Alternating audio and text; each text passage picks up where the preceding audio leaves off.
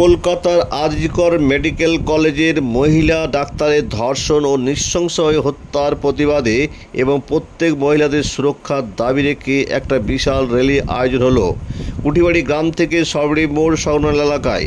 র্যালিটি কুঠিবাড়ি গ্রাম হয়ে সরবড়ি মোড়ে পঞ্চকোট কলেজ পর্যন্ত এবং তার পার্শ্ববর্তী এলাকায় র্যালিটি যায়।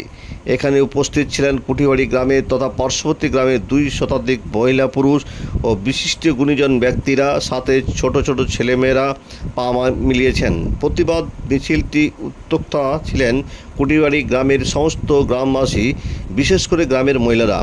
মিছিলের শেষে তিলোত্তমার প্রতি মোমবাতি জ্বালিয়ে সহানুভূতি প্রকাশ করা হয়।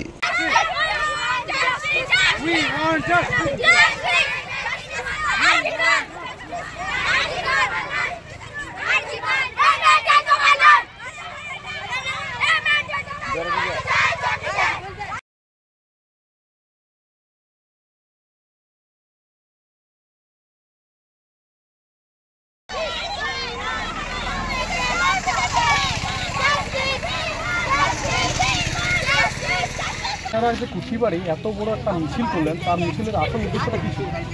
আরজিকর হসপিটালে যে মহিলা ডাক্তারকে ধর্ষণ করে খুন করা হয়েছে সেই প্রতিবাদে আমার এই মিছিলটা বার করেছি। মিছিলটা কোথা থেকে কোথায় গেল?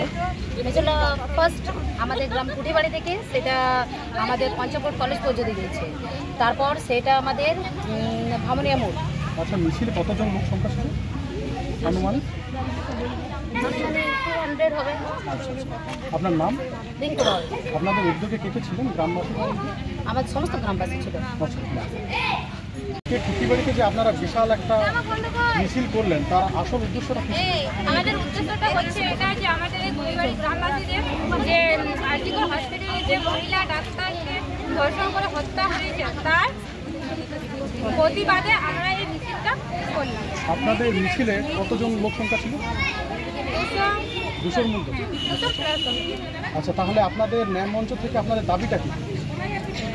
RG Kar justice for RG Kar, justice for RG Kar, justice for RG Kar.